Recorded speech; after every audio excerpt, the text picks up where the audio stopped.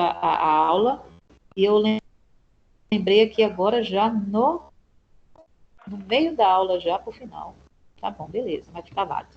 Então, o que acontece? Esse paciente que tem essa cirrose, ele vai empurrar essa água toda... Desculpa, vamos voltar, porque eu desconcentrei aqui. Vamos pegar de novo o paciente com cirrose. O cara que tem cirrose, o fígado dele foi para as cucuias, tá? Não está funcionando bem mais. Então, à medida que o fígado vai piorando, piorando, piorando, ele vai parar de produzir a albumina. Parou de produzir albumina. Aí eu pergunto, a gente viu que a albumina, ela serve para quê mesmo, gente? Quem poderia relembrar?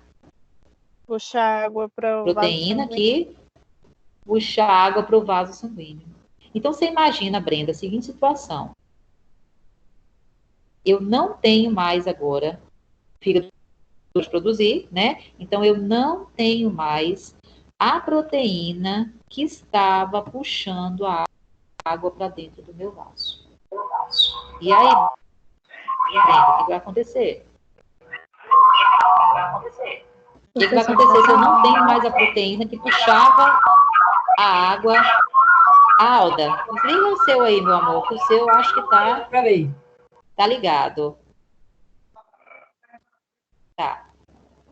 Eu acho que a Alda tá... Isso, a Alda desligou, a Brenda tá com ele ligado. Isso aí, beleza, para poder não dar interferência, tá, gente?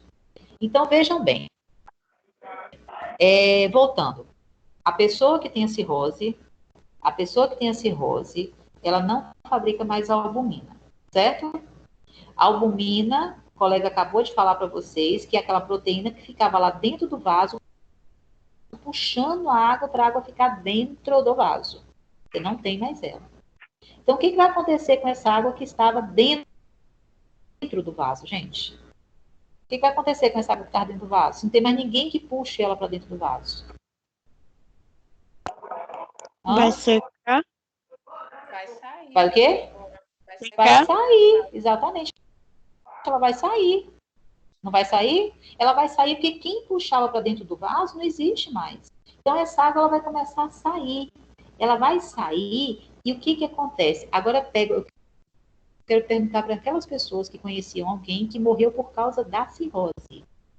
Como é que estava essa pessoa antes de morrer? Lá no final da doença dela.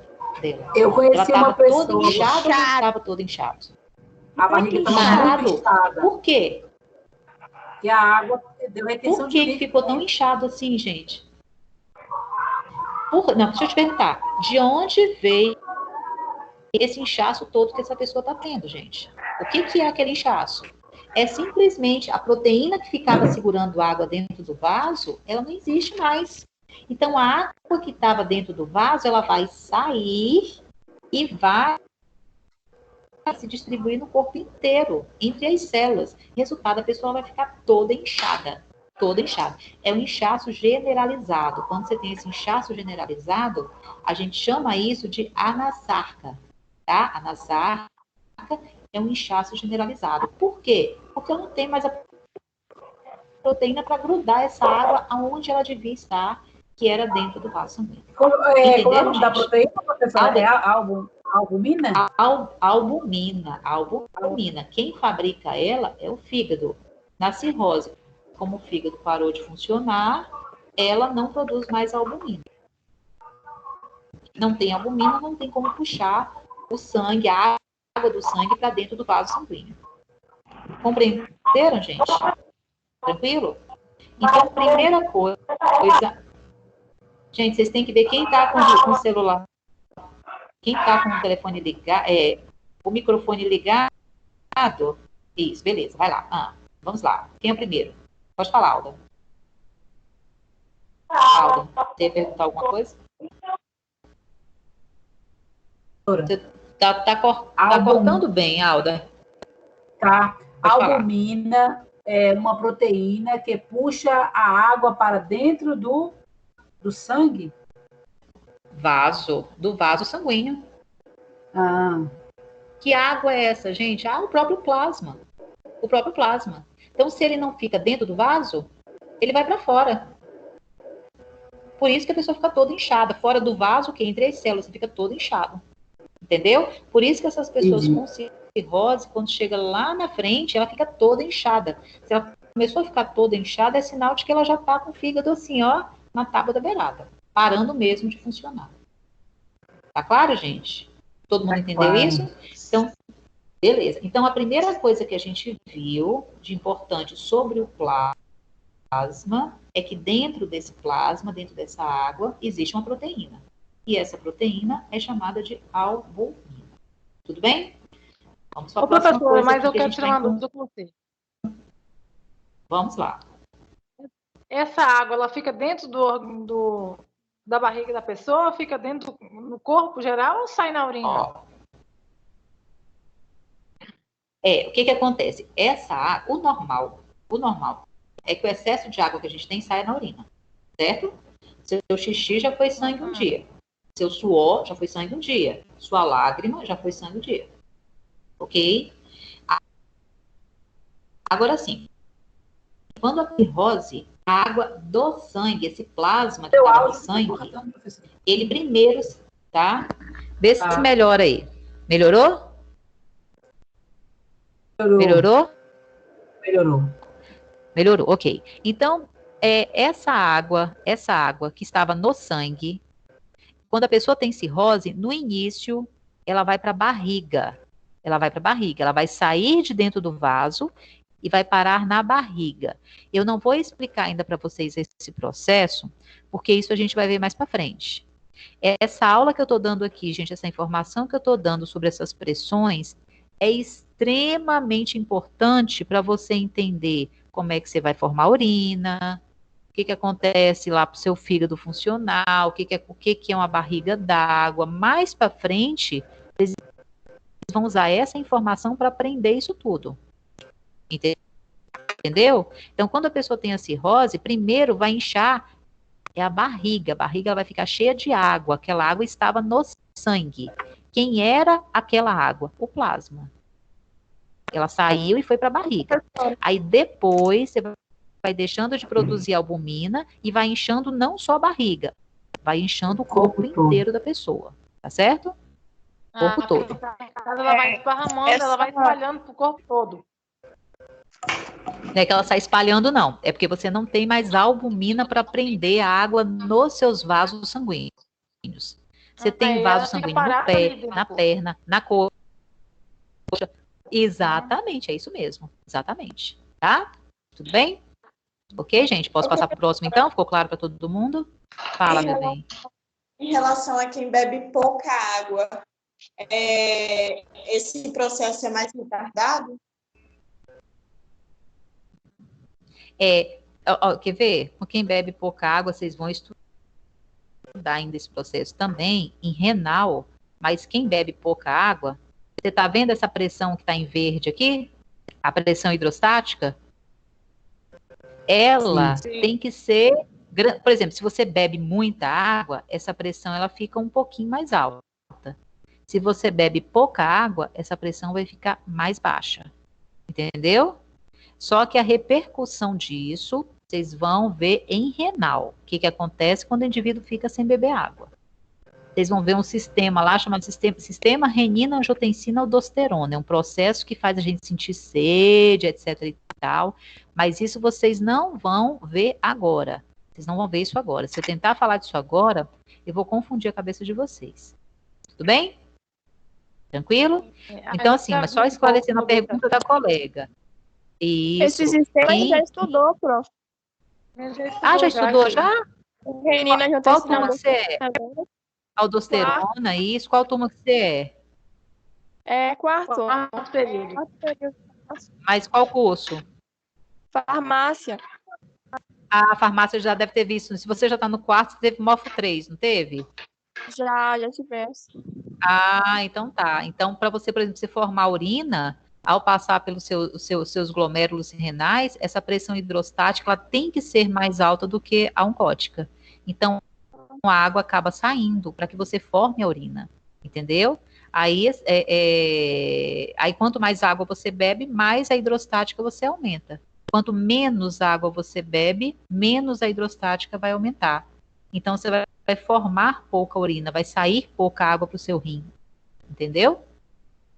Só que esse processo que eu tô falando que vocês devem ter já estudado, então. Tá bom? Tá bom.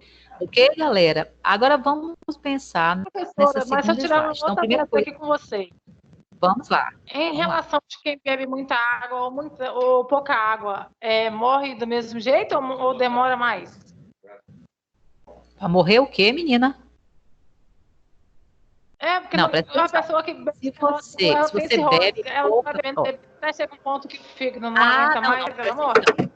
Não, presta atenção. A questão da cirrose não é porque ele bebe muita água, a barriga vai inchar.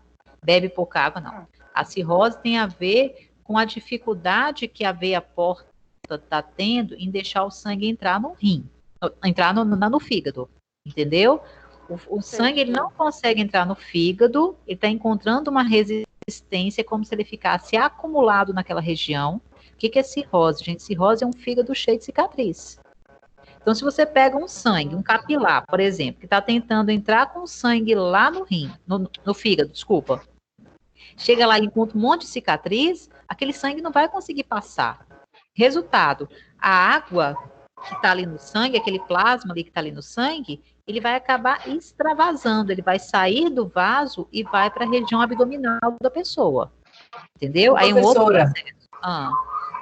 A pessoa pode adoecer de cirrose sem mesmo nem nunca ter tomado álcool. Sim, pode. Tem várias patologias que estão ligadas à questão de cirrose, várias. E o álcool também pode desenvolver a cirrose também, né? O álcool é o maior causador, mas tem, por exemplo, hepatite C, que é um causador de cirrose, tem vários. Tem gente que nunca botou uma gota de álcool na boca e de uma hora para outra descobre que está com cirrose. Isso aí acontece sempre, né?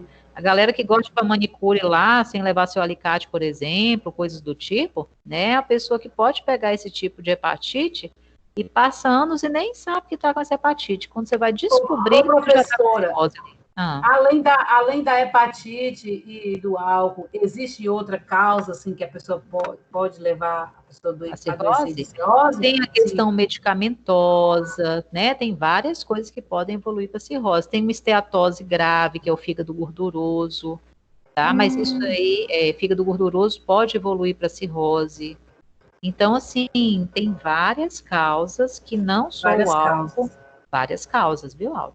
Não é só o álcool, não, tá? Que vai desde medicação a uma esteatose, que é o fígado gorduroso, né? Tem várias causas que podem evoluir para cirrose, tá bom? A gente ouve falar mais do álcool porque é o mais comum, tá bom? Conheço várias pessoas que tiveram cirrose e nunca botaram uma gota de álcool na boca, tá certo? Agora, gente, posso passar pro próximo então, galera? Ficou claro aí?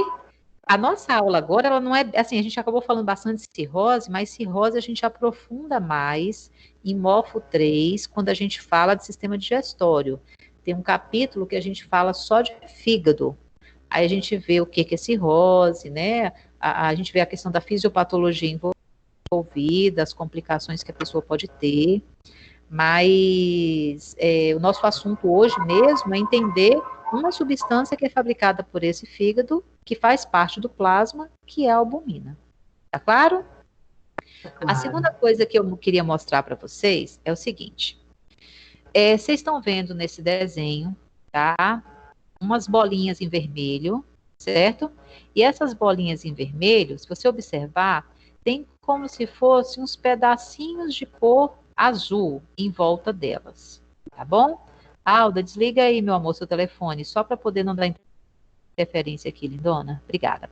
Então, o que acontece, gente? Vamos lá entender uma outra coisa que a gente vai encontrar no plasma da pessoa, que é chamada de imunoglobulina, que vocês conhecem como anticorpos. Anticorpos. Quando a gente fala assim, fulano tem anticorpos, ciclano não tem anticorpos. Gente, a impressão que a gente tem, quando a gente fala de anticorpos, é que anticorpo é a mesma coisa de célula de defesa. Não é, tá? Célula de defesa a gente vai ver hoje que é uma coisa. Anticorpo, gente, na verdade, é como se fosse um pedacinho ou pedacinhos de proteínas que a gente tem, que serve para quê? Para que servem esses pedacinhos de proteína? Vamos imaginar o seguinte. Caiu um vírus no seu organismo. Caiu uma bactéria no seu organismo. Aí, o que vai acontecer? As suas células de defesa, elas vão receber o sinal de que tem alguma coisa estranha. Então, você vai começar a produzir um monte de células de defesa e vai mandar essas células de defesa para a corrente sanguínea. Quando chega na corrente sanguínea, essas células de defesa, às vezes ela está em frente ao vírus ou em frente à bactéria. E ela vai pensar assim, meu Deus, para onde que eu vou? O que eu vou ter que capturar aqui? Ela não tem olho, entendeu? Ela não sente o cheiro. Como é que ela vai saber que aquele cara que está na frente dela ali, que é o cara que ela vai ter que capturar? Como é que ela vai saber? Então, é necessário que você pegue aquele vírus ou aquela bactéria e recubra essa estrutura.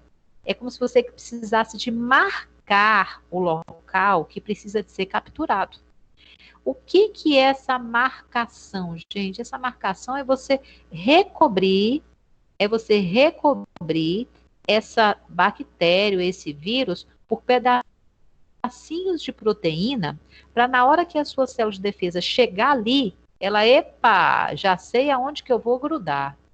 Já sei aonde que eu vou capturar. Gente, a gente está vendo essa situação do corona hoje. Por que que a Professor, gente eu consegui entrar só agora. Hã? Não sei porque o sinal chegou para mim só agora. É, né? Aham. Qualquer coisa você rever depois da aula também, tá? Pra você não perder nada. Tá bom? Ok. Professora, Tranquilo? Oi, meu amor. então Pode falar. os corpos são pedaços de proteínas que recobrem o quê? E recobre assim, na verdade, eles vão servir para marcar qual é o vírus, qual é a bactéria que ele vai ter que eliminar. Entendeu, Meire? Recobre Professora? o vírus. Na verdade, ele vai marcar. Ele vai marcar o vírus ou a bactéria que precisa ser capturado. Que com essa marcação agora, na hora que a célula de defesa chega perto, ela consegue fixar naquele anticorpo, ela consegue grudar naquele anticorpo, para a partir daí ela englobar, fagocitar, digerir, jogar aquele trem para fora. Entendeu? Então, você pode até ser cheio de células de defesa. Se você não tiver o anticorpo para fazer essa ligação, essa ponte entre a bactéria e a sua própria célula de defesa, a célula de defesa não vai conseguir fazer nada. Entendeu? Pode falar, E meu a bem. pessoa, o professor, e a pessoa pode ter as células de defesa e não ter os anticorpos? Sim, por exemplo, corona. Vamos pegar a situação do corona, gente. Por que não... você quer ver uma situação? Por que você toma vacina? Para que você toma vacina? Você toma vacina porque quando você está tomando uma vacina, é como se você pegasse o vírus ou a bactéria. Vamos pegar o vírus, né? Um vírus que você nunca teve contato na vida. Aí. Hã? Oi? Aceita a Vitória, ela tá tentando Ô, entrar. meu não amor, tá conseguindo. agora, veja aí se foi. Eu olhei para aqui agora para ver se tinha alguém. Agora foi. Então, olha só, gente. Vamos pegar, por exemplo, por que você toma vacina? Você toma vacina porque vamos imaginar que você nunca teve contato com um vírus, certo? Você não conhece como é que é aquele vírus, certo? E aí você pega aquele vírus e é como se você desativasse aquele vírus e introduzisse no corpo humano na forma de vacina. Então, o que é a vacina em si? Ou é um pedaço do vírus, ou é o vírus desativado. Aí você está pegando aquele vírus, está botando no corpo da pessoa, para quê? Para suas células olharem para aquele vírus e pensar assim, então é assim que você é. Então, deixa eu criar... No caso aí, o vírus é um vírus morto, né? Aquele mesmo vírus morto, exatamente. Atenuado, que a gente chama. Ou seja, impotente para você. Só que ali é como se fosse um objeto de estudo.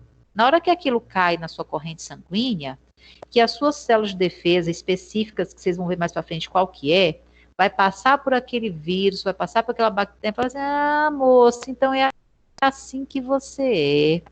Já que a sua parede é desse jeito, Deixa eu criar umas pecinhas especialmente para você, para na hora que você cair aqui de novo, essa pecinha conseguir grudar em você e eu conseguir grudar nessa pecinha, porque agora eu já te conheço, eu já sei como é que você é. Entendeu?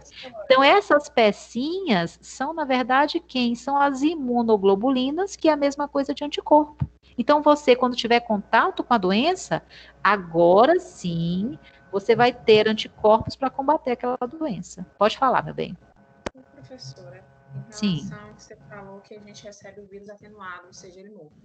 Mas Certo. toda vez que a gente toma vacina para gripe, a gente gripa. Mas presta atenção. Não toda vez. Não toda vez. Você tem duas possibilidades. Você poderia estar gripado assim, começando um processo viral antes de ter tomado a vacina, certo? Ou você pode, na hora que você utiliza você utiliza o vírus atenuado, o seu corpo ele se arma, é como se você estivesse tendo contato com a doença a primeira vez. Entendeu? Então, a pessoa vai ter manifestações, ela vai ter sinais e sintomas. Todo mundo passa por isso? Nem todo mundo passa por isso. Por exemplo, a primeira vez que eu tomei vacina de gripe, né, ou eu já tinha adquirido o vírus antes, ele não tinha manifestado, ou eu tive uma reação que é como se eu tivesse o contato do vírus, então meu corpo ele se armou para conseguir combater aquilo. Hoje, quando eu tomo a vacina, várias vezes eu não sinto absolutamente nada. Conheço muitas pessoas que tomaram trocentas vezes, desde a primeira vez até hoje, nunca sentiram nada. Entendeu?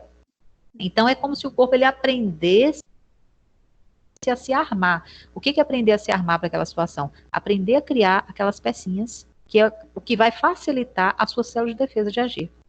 O problema do corona hoje é que a gente ainda não sabe como é que são essas pecinhas. Então, uma das coisas que os cientistas têm feito, o que eles têm feito? Olha só que interessante, gente. A pessoa que já teve contato com corona, certo? Já teve contato com corona. No plasma dessa pessoa, tem ou não tem as imunoglobulinas para aquela doença? O que você acha? Tem, porque aí ele vai ficar imune. Já teve contato? Entendeu? Se ele já teve contato, então o que eles têm feito que tem dado um bom resultado? Tem pegado o plasma dessas pessoas que já adoeceram por corona e utilizado esse plasma em pessoas que estão tendo a doença. Para quê? Epa, já que você já teve a doença, o plasma dessa pessoa já teve, vamos introduzir no organismo dessa pessoa, porque ali já deve ter alguns anticorpos para combater aquela doença. Então, assim, eles têm testado isso, né, e têm tido resultados satisfatórios. Agora, o bom mesmo é chegar a vacina. Chegar a vacina. Chegar a vacina, exatamente. É o bom que o próprio corpo já tem uma resistência melhor, né, professora? Na verdade, quem já teve a doença, né, você já sabe como fabricar essas pecinhas. O problema só é se esse vírus, porque não se sabe ainda se esse vírus sofre mutação ou não. Porque se ele sofrer mutação, é como se ele mudasse a roupagem dele. Aí você vai precisar de criar uma pecinha nova para recolocar ali no lugar. Por exemplo, a vacina da gripe, todo ano você vê que você toma. Por quê? Todo ano ela modifica geneticamente e isso faz com que o vírus se torne um pouquinho diferente do que ele era no passado. Então, por isso ele que fica sempre mudando, né, professor? Sempre mudando, no caso do vírus da gripe, mas tem outros vírus que não sofrem essa mutação. Né? Então, a gente não sabe qual vai ser o comportamento dele ainda. Ô, professora, e quando a pessoa, a imu fala assim, minha imunidade caiu, no caso aí, ele está sem essas pecinhas, não é isso? Não, imunidade caiu. Imunidade, isso aqui é só...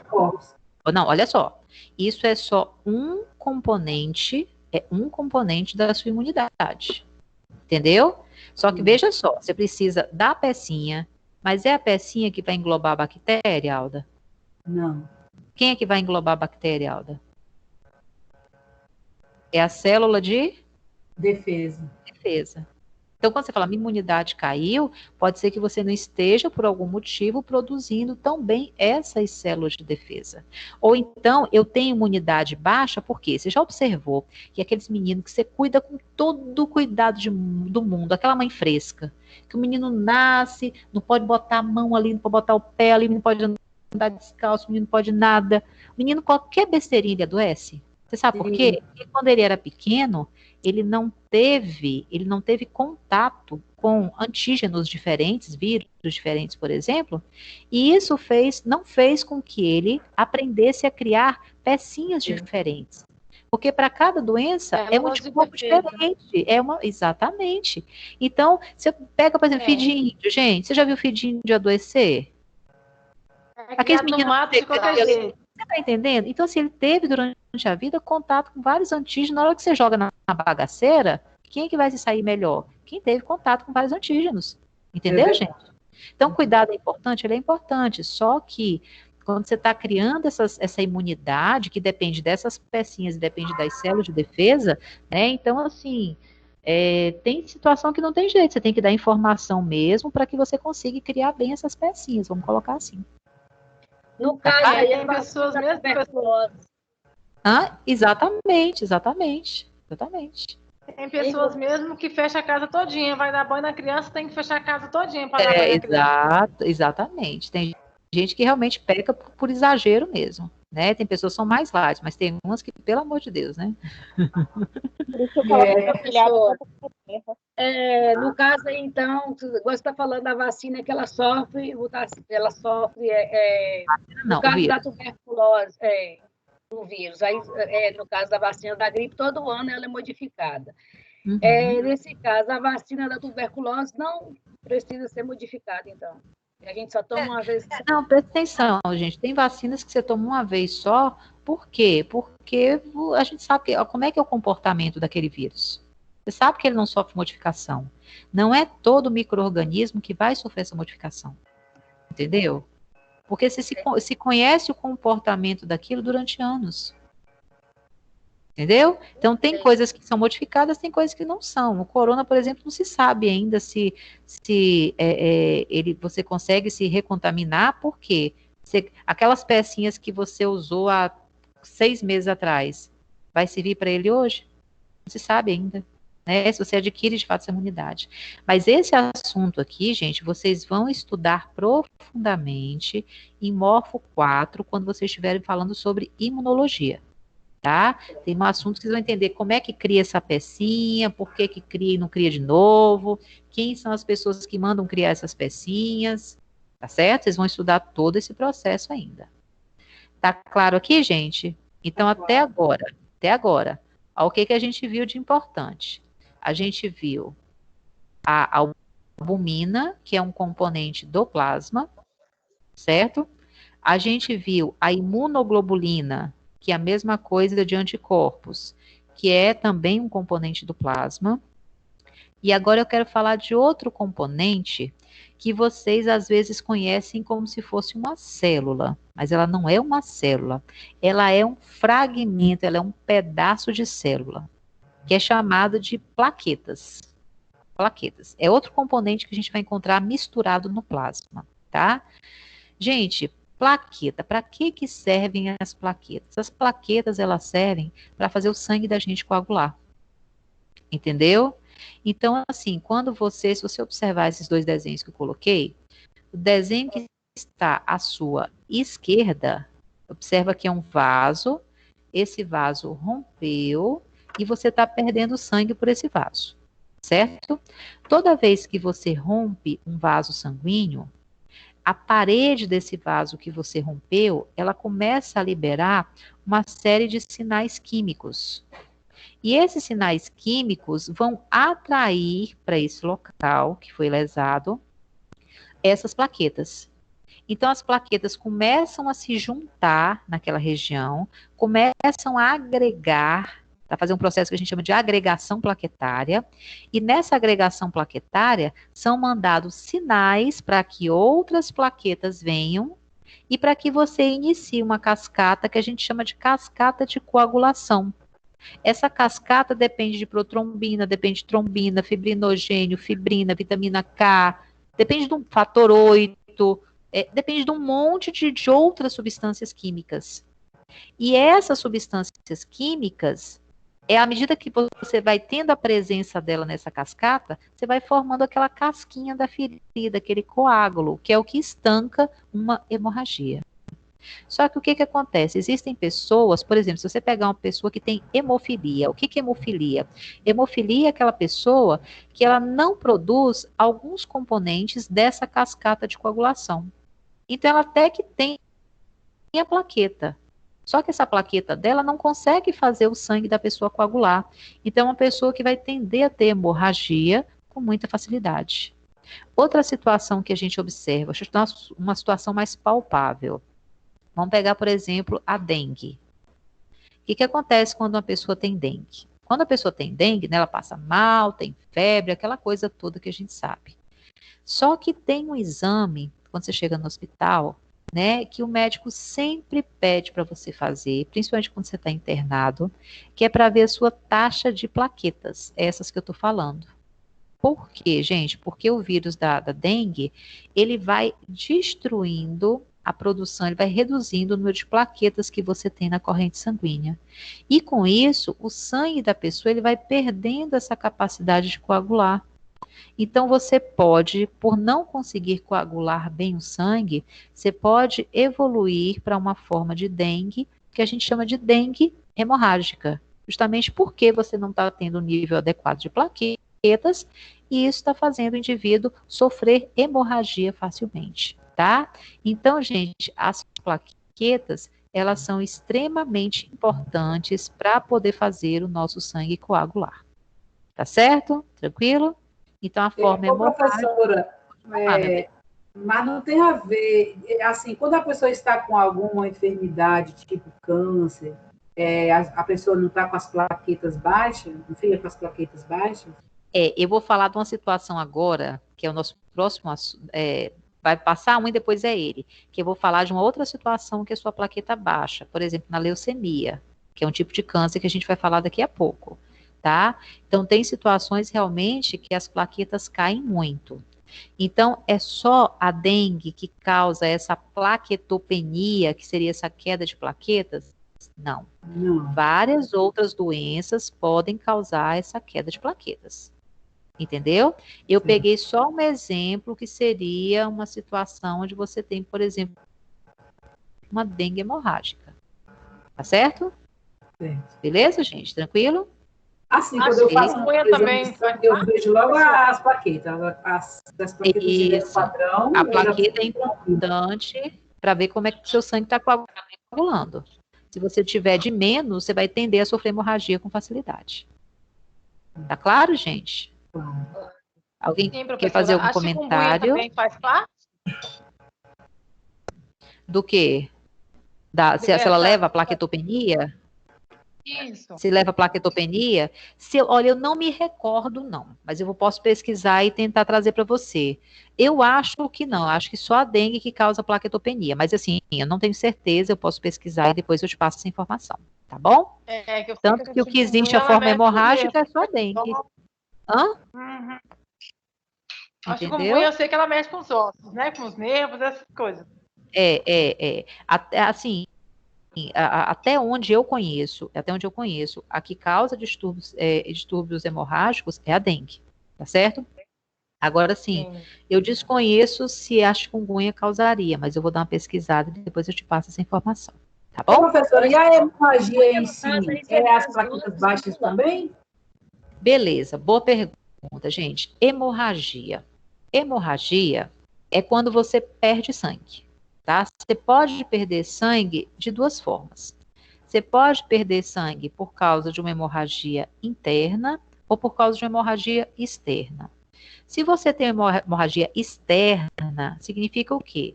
Você cortou o local, alguma coisa aconteceu e você está vendo aquele sangue extravasar. Tá? Uma das coisas que mais causa essas hemorragias externas são os traumas, né? Do tipo, alguma coisa me cortou, né? Alguma coisa rompeu o meu tecido, tô vendo ali, sofri uma hemorragia, a externa. Deixa eu só concluir isso aqui rapidinho, peraí. A interna, ela é meio complicada, por quê? Por exemplo, você pega uma pessoa que foi vítima de um acidente automobilístico, certo?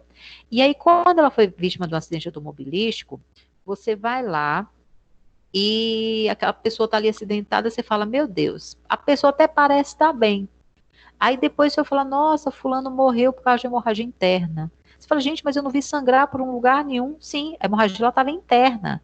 Quando a pessoa ela sofre um trauma, algum vaso lá dentro, ele pode ter rompido, igual vocês estão vendo aqui. Então, se pega um vaso, por exemplo, pega uma veia, o negócio é bem mais tranquilo, porque veia não passa tanto sangue quanto uma artéria. Agora, se a hemorragia, ela pega uma artéria, que é aquela situação onde o sangue pulsa, né? Você pegou no local, ali não está pulsando, ali é veia. Você pegou em outro vaso, pulsou ali a artéria, a quantidade de sangue que passa na artéria é muito grande. Então, se você sofre hemorragia interna, e aquela hemorragia interna, ela pega uma artéria, e principalmente se for uma artéria maior, né, de média para grosso calibre, a chance da pessoa morrer é muito grande. Quais são os sintomas? Gente, isso é importante. Quais são os sintomas? O que que você verifica quando o indivíduo ele está tendo uma hemorragia interna? Primeira coisa, ele vai ficar pálido, ele vai suar frio, você vai tentar pegar o pulso dessa pessoa e o pulso ele vai estar bem fraco. Você quase não vai estar conseguindo sentir o pulso dessa pessoa. Tá? Por quê? Porque está sem sangue direito no vaso, o sangue está indo embora por algum lugar. Você olha a pressão dessa pessoa, a pressão está lá embaixo. Então você suspeita, caramba, essa pessoa pode estar tendo uma hemorragia interna. Tá? Tudo bem? Quem ia comentar alguma coisa? Tinha uma outra pessoa que ia falar, eu pedi só para concluir esse raciocínio. Não, é que a minha ligação caiu, aí eu perdi a explicação da plaqueta. A plaqueta, eu falei que a plaqueta é o que faz o sangue coagular, Brenda. Entendeu? Dei o exemplo a vocês do que acontece, por exemplo, no hemofílico, falei o que acontece no indivíduo quando tem dengue hemorrágica, né? Falei algumas situações ligadas a isso, né? Depois, se você tiver alguma dúvida, volta um pouquinho no vídeo, tá? Que eu vou postar para vocês, para eu não ter que refazer a explicação, ou você quer alguma coisa específica dentro disso? Não, eu perdi depois de que as plaquetas se juntam com outro tipo de plaqueta, fazendo sangue coagular, para quê? Para você evitar uma hemorragia, entendeu? Então, quando você tem a plaqueta baixa, a chance de você não coagular o sangue é muito grande. É isso que acontece, por exemplo, na dengue hemorrágica que eu falei, entendeu? Então, na dengue, a quantidade de plaquetas ela vai caindo, caindo, caindo, e o indivíduo vai perdendo essa capacidade do sangue em coagular. Então, a pessoa com as plaquetas baixas... Aí agora eu estou falando para vocês das hemorragia, não é isso, professor? Hemorragia, sim. Você sabe por quê, gente? Porque a todo momento a gente está tendo microlesões nos vasos. A todo momento. Entendeu? Só que você às vezes não percebe que o seu vaso, um vaso pequenininho rompeu em você, por quê? Porque rapidamente a plaqueta vai lá, agrega, formou um coágulozinho, puf, resolveu o problema. Aquela parede vai regenerando e vida que segue. Isso acontece com você a todo momento. Só que quando a plaqueta cai demais, essas microlesões, elas acabam virando macrolesões, porque você não consegue tampar mais aquela hemorragia. E a coisa vai criando uma proporção muito maior. Professora, fala, meu amor. É isso que Sim. acontece quando a gente fica estressado e acaba aparecendo aquela manchinha roxa. Tá acontecendo ali O que acontece? Isso, ó, o que acontece? Tem pessoas que têm, que a gente chama de fragilidade vascular. O que é isso? O meu vaso, meu capilar, ele pode ser mais resistente do que o seu. Então, quando você fica muito nervosa, por exemplo, a pressão da gente, ela tende a aumentar um pouquinho. O meu vaso segura bem, mediante aquela variação, oscilação de pressão, mas às vezes o seu não oscila, não tem a mesma resposta. Ele pode acabar tendo pequenos rompimentos. Então, por isso que em algumas pessoas você pode verificar isso sim, tá? Tranquilo, turma? Então, não tem nada a ver com plaqueta, nada a ver com nada. É a resistência do vaso. Ou presta atenção. Você está falando dessa situação de nervosismo. Agora, tem pessoas que também têm a plaqueta baixa. Entendeu? Aí ela pode ter manchas arroxeadas no corpo. É uma outra situação.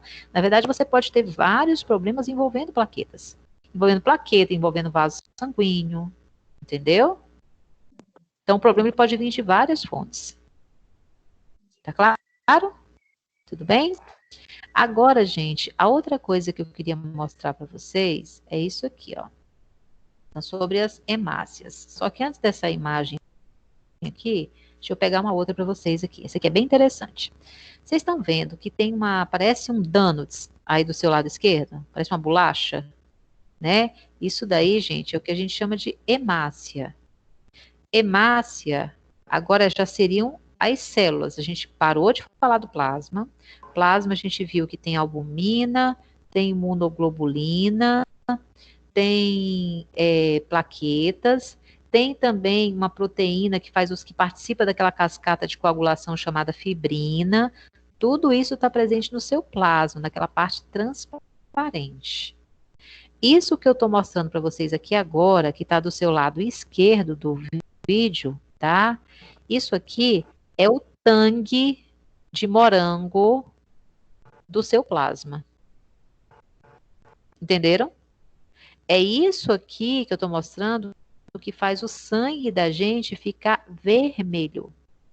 Ok? Isso aqui são as células chamadas de hemácias. Então, as hemácias são os responsáveis, primeira coisa, por dar coloração ao nosso sangue. Primeira coisa é isso. Segunda coisa, que é a mais importante de todas, é essa bolachinha que você está vendo aí, que é o responsável por transportar oxigênio pelo nosso corpo. Então, por exemplo, eu vim aqui, puxei o ar. Na hora que eu puxo o ar, eu encho os meus pulmões de oxigênio. Aí eu pergunto para você, e agora? O que vai acontecer com esse oxigênio? Será que ele tem a capacidade de mergulhar no seu sangue e parar lá no seu dedão do pé? Ele não tem, porque ele não consegue quase ser transportado de forma livre. Para ele chegar, para esse oxigênio que você respirou, sair do seu pulmão e conseguir chegar no dedão do pé, você precisa de um carro para levá-lo para essa região. Esse carro, essa estrutura, essa célula que eu estou mostrando para vocês agora, a hemácia, tá? É a hemácia. E a hemácia, gente, ela tem uma característica interessante. Se você observar a aparência dela, né, parece com um biscoito, como eu coloquei aqui, mas eu gosto mais de comparar ela, sabe com o que, gente? Com uma camisinha. Por que uma camisinha? Vamos imaginar uma camisinha sem ser usada. Como é que é uma camisinha que nunca foi usada? Ela é durinha por fora, certo? E ela é molezinha por dentro. Ela tem um aspecto que a gente chama de aspecto discoide, que é esse aspecto que vocês estão vendo aqui. E o que favorece esse aspecto discoide? Acompanha comigo aqui. Você imagina que o meu dedo aqui, tá? Isso aqui é o meu dedo. Imagina que isso daqui seja um vaso sanguíneo, ok? Isso é um vaso. Agora eu vou pegar uma... Alguns conseguem ver a minha imagem, outros não. Então, eu vou fazer diferente. Eu vou explicar, então. Imagina que você tem lá um cano de 5 centímetros, certo? De largura. 5 centímetros de largura. Agora, você vai pegar uma camisinha de 10 centímetros de largura.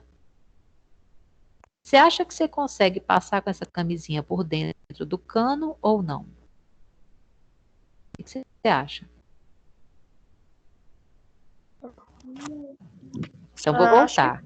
Bom, se o cano... da camisinha ela estiver mole, igual ela é, acredito que sim. Não, presta atenção. A gente está falando de um aspecto discorde, de uma camisinha. Por isso que eu peguei a camisinha como exemplo.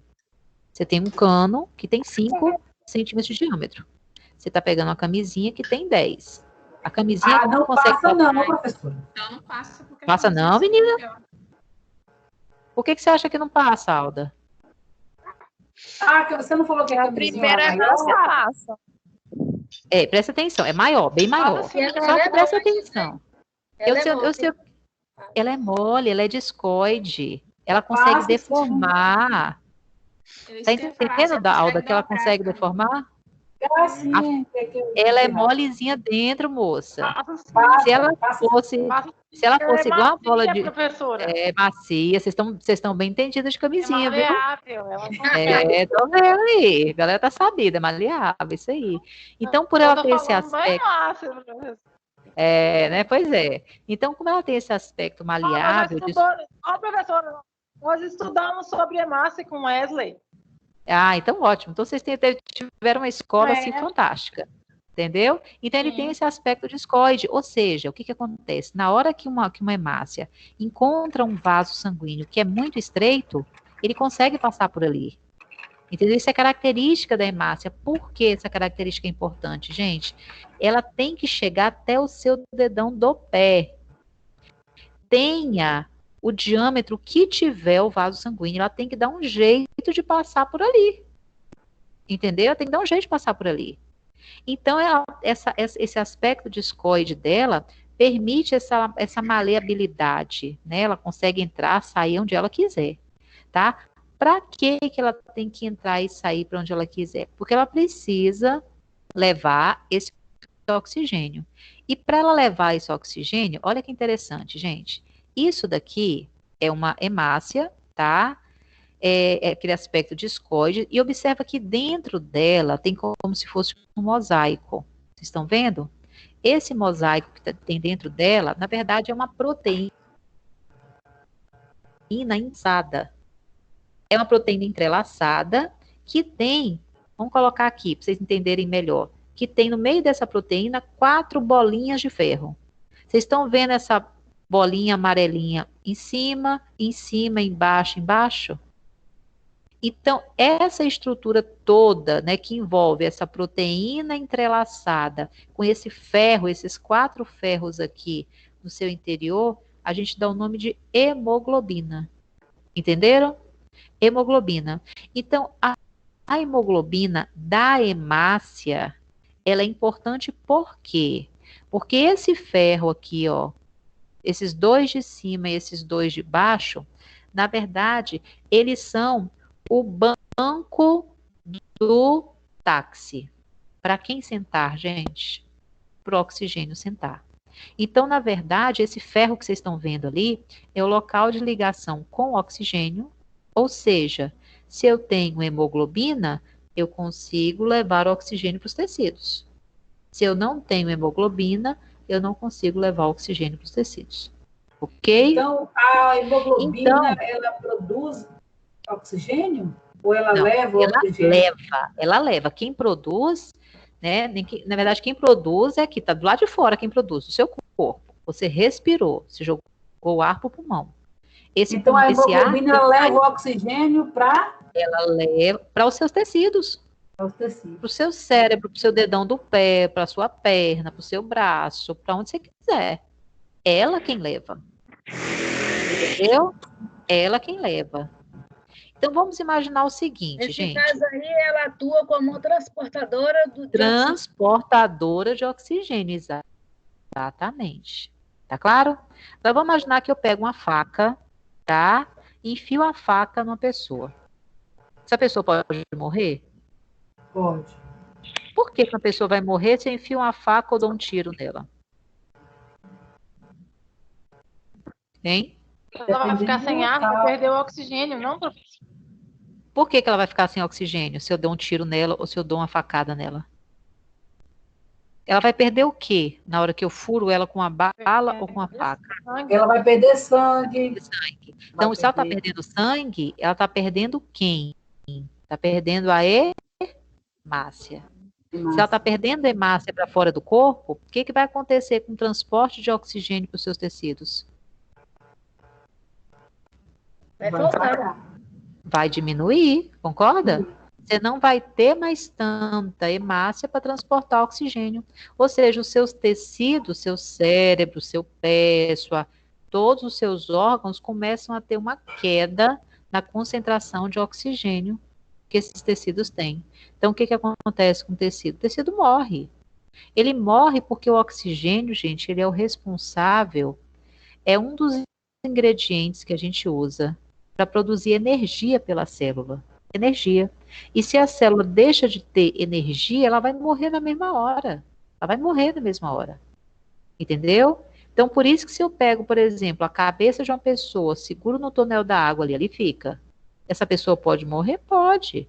Vai morrer por quê? Porque vai faltar oxigênio. Você tem até hemácia para levar oxigênio para os tecidos, mas você não tem o oxigênio. Como é que você vai levar? Entenderam, gente? Então, essa estrutura é extremamente importante. A pessoa que você dá uma facada, a pessoa que leva um tiro, é uma pessoa que vai morrer, sabe de quê, gente? De anemia. O que é A? Sem, mia, sangue, perdeu hemoglobina, não tem mais oxigênio. Entendeu? E o que seria, então, essas anemias? Anemia. É, lógico. O que é anemia, gente? Deficiência O que é anemia? Deficiência de sangue. Deficiência de qual estrutura do sangue? Qual componente do sangue? Hemoglobina. Hemoglobina, glóbulo vermelho. Então, por exemplo, o que é que uma pessoa, né? Quando você fala de anemia, gente, existem vários tipos de anemia. Vários tipos de anemia. Tem uma anemia, né? O que você sabe sobre anemia? Como é que você acha que uma pessoa está com anemia?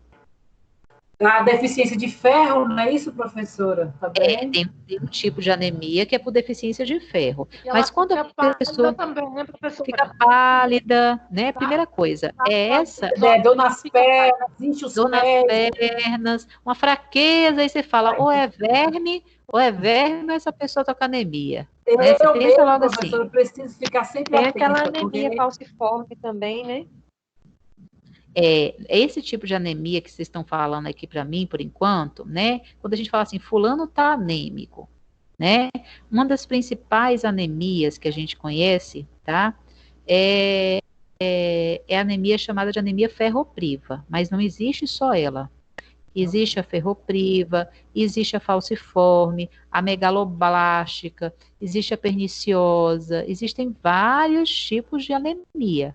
Então, a anemia é quando você diminui a concentração desses glóbulos vermelhos. Ou é porque você perdeu sangue através de hemorragia, que deixa o indivíduo anêmico, é uma situação. A causa mais comum é a anemia chamada de ferropriva. Por que ferropriva? Se você observar a hemoglobina aqui, nesse desenho que eu trouxe para vocês lembram que um dos constituintes dessa hemoglobina é o ferro, certo? Deixa eu fazer uma pergunta para vocês. Quanto tempo você acha que vive essa célula aqui? Essa célula vive no máximo, gente, 4 meses. 4 meses. Deu 4 meses, ó, tchau, ela vai morrer. Vai morrer. Aí,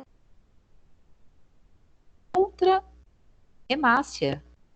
Vai ter que colocar mais hemoglobina nessa outra hemácia que você está produzindo. Ou seja, para produzir novas hemácias, para produzir mais hemoglobina, você vai precisar desse ingrediente aqui, que é o ingrediente ferro. É um dos ingredientes que você precisa. Um dos. Certo? Então, a pessoa que não se alimenta bem, que tem uma alimentação pobre em ferro, vai faltar ingrediente daqui a 4 meses, na hora que ela tiver que fabricar uma nova leva de glóbulos vermelhos. Então, se falta esse ingrediente, você vai produzir menos. Então, o indivíduo ele vai ter uma anemia ferropriva. Faltando ferro. Ferropriva. Entenderam, gente? Então, esse é um tipo, que é o tipo que vocês conhecem mais. Mas tem também, gente, um outro tipo de anemia, que ela é chamada de anemia falciforme. O que é anemia falciforme? Lembra que a hemoglobina está dentro da hemácia? É como se você nascesse só com um pedaço daquela hemoglobina. É como se você pegasse a hemácia e dividisse ela ao meio. Então, em vez de você ter esse aspecto discoide, que vocês estão vendo à sua esquerda, vocês vão ver esse aspecto aqui de meia-lua, que é esse que vocês estão vendo aqui à sua direita. Tá? Então, é como se a célula, ela deixasse de ser redondinha e adquirisse esse aspecto de foice, tá? Ela lembra um foice, ela tem uma falsa forma. E qual é o problema, gente, dela estar nessa forma de foice? Primeiro, a hemácia normal, ela leva quantos oxigênios? Leva 4. Essa hemácia que eu estou mostrando para vocês aqui desse outro lado, que tem a forma de foice, ela só consegue levar 2 oxigênios. Então, de cara, já dá para ver que essa pessoa, ela vai ter menos oxigenação. Oi? Se não está aparecendo... se não está aparecendo, você vai ter por que... isso que tem esse nome também, né, professor? Falsa forma, exatamente. Falciforme, falsa forma, foice. Então, quem não estiver vendo, gente, eu aconselho sair e retornar, porque pode ser a sua internet que teve algum probleminha, tá? Se todos estiverem, se nem todos estiverem vendo, é porque aconteceu um problema no de vocês aí é bom sair e voltar, tá? Então, essa anemia falciforme, gente, o que que acontece? A hemácia, ela nasce diferente. Em vez de nascer com esse aspecto redondinho, ela nasce com esse aspecto lembrando uma foice, certo? Então, ele leva menos oxigênio para os tecidos e você tem um outro agravante aqui. Lembra do cano de 5 centímetros? Como ela antes tinha aquela forma que parecia uma camisinha, ela conseguia deformar e passar por ali. Nessa situação da anemia falciforme, você não consegue ter essa deformação da hemácia também. Então, resultado, os seus tecidos, eles começam a ficar com menos oxigênio. Menos oxigênio. E aí eu te pergunto, quanto tempo essa célula vive? 4 meses. Na hora que você venceu lá os 4 meses, que ela morreu, você vai formar outras com a forma alterada. E daqui a mais 4 meses, outras com a forma alterada. O que que essa pessoa vai sentir, gente? Ela vai sentir muita dor no corpo por causa dessa falta de oxigenação. Essa pessoa, ela vai ter uma fraqueza enorme porque ela não está produzindo energia, tá? Essas pessoas, elas, por falta de oxigênio em alguns tecidos, à medida que essa criança ela vai crescendo, ela pode ter lesões sérias no sistema nervoso, ela pode ter uma série de problemas pela falta da oxigenação. Então, é extremamente importante essas pessoas que têm esse tipo de anemia, que é a anemia falciforme, que é mais comum em pessoas da raça negra, né? A cada, por exemplo, tem um centro, se não me engano, em Salvador, né? Na Bahia, aqui em Salvador, que ele trata essas pessoas que têm esse tipo de anemia, que é falciforme, né? Então, essas pessoas vão para lá, né? Eles medicam e tudo mais. E tem, para você ter uma ideia, eles fazem.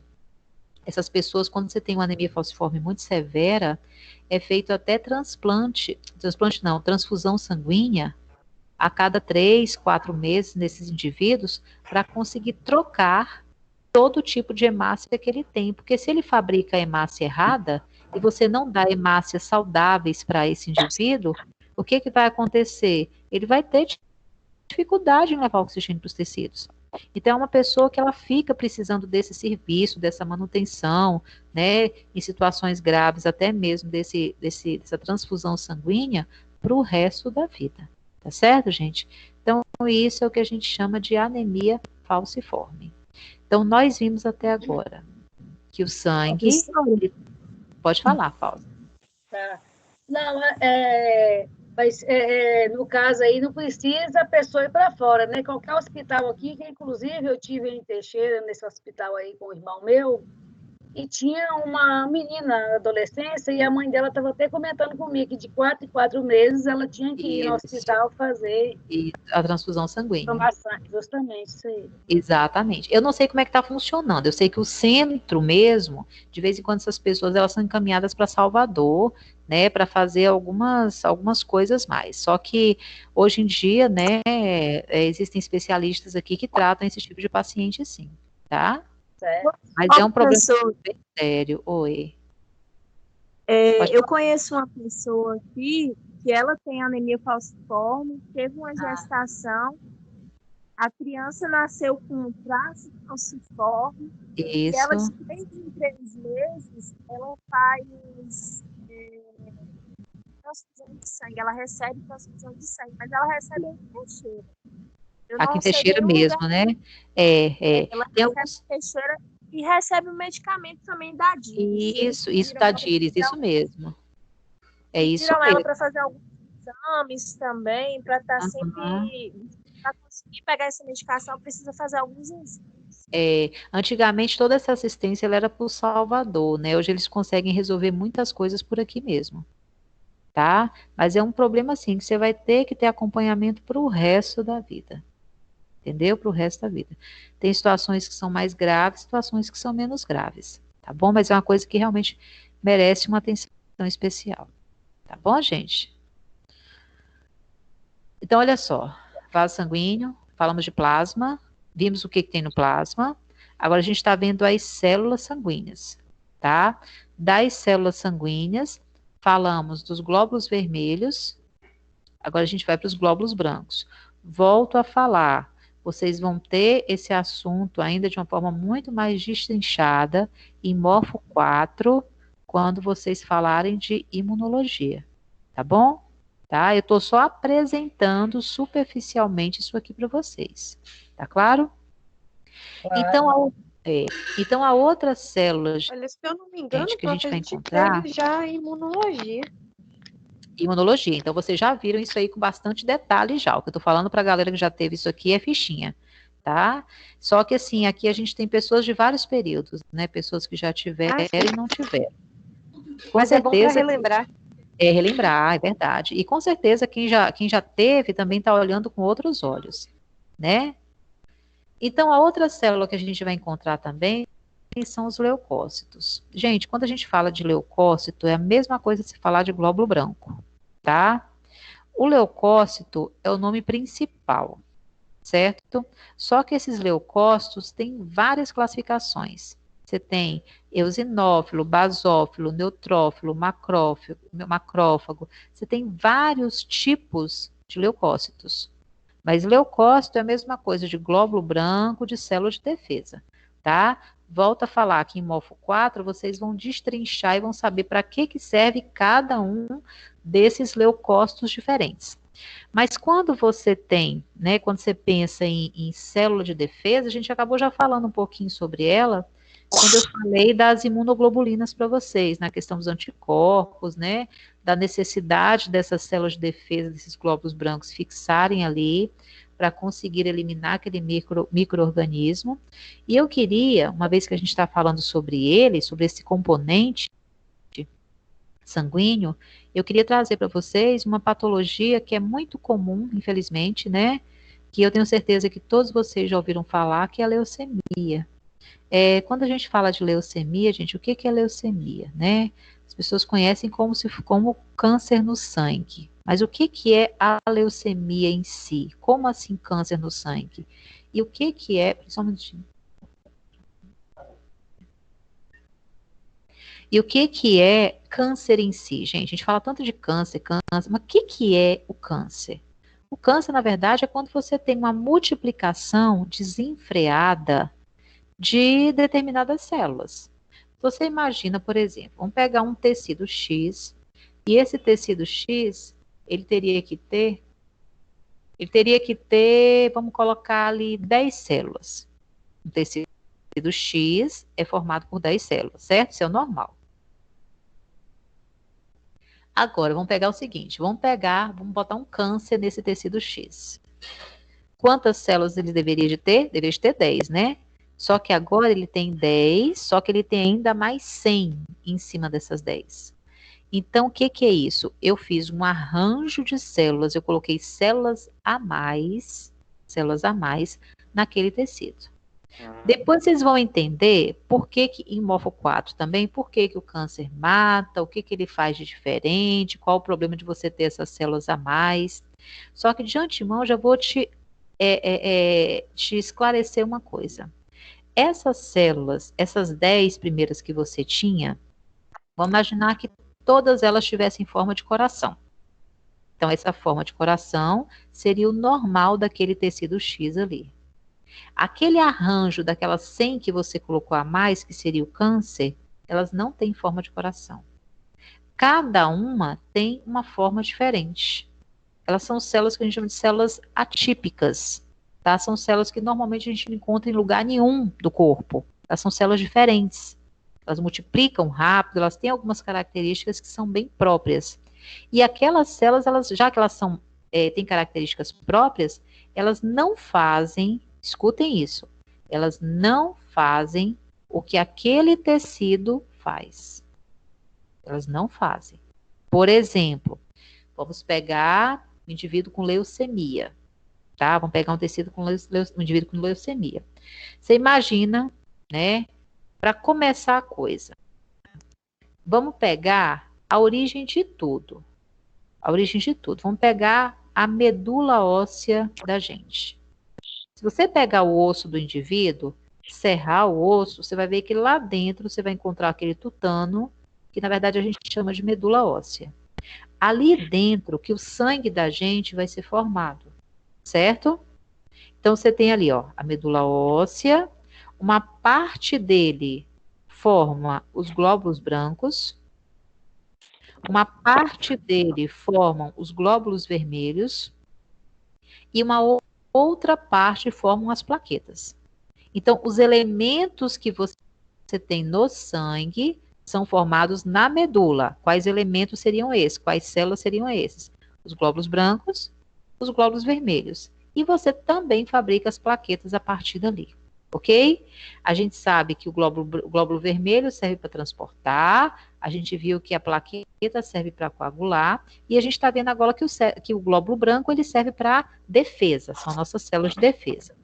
Quando o indivíduo tem a leucemia, é como se você pegasse, você tinha ali 10 células de defesa, formadas ali na medula óssea. Você vai pegar aquilo ali, não vai botar mais 10. Você vai botar em cima daquelas 10 mais 100. Só que aquelas células que você está multiplicando ali, que está produzindo ali, que seriam filhas, vamos colocar aqui das células de defesa, filhas alteradas, elas começam a ir para a corrente sanguínea de uma forma blástica. O que é uma forma blástica, gente? É como se ela não tivesse terminado de ser formada. Não terminou. Porque a medula óssea da gente, ela no início vai formar o glóbulo branco, aí esse glóbulo branco vai desenvolver, vai passar por um processo, vai passar por outro processo, vai amadurecer.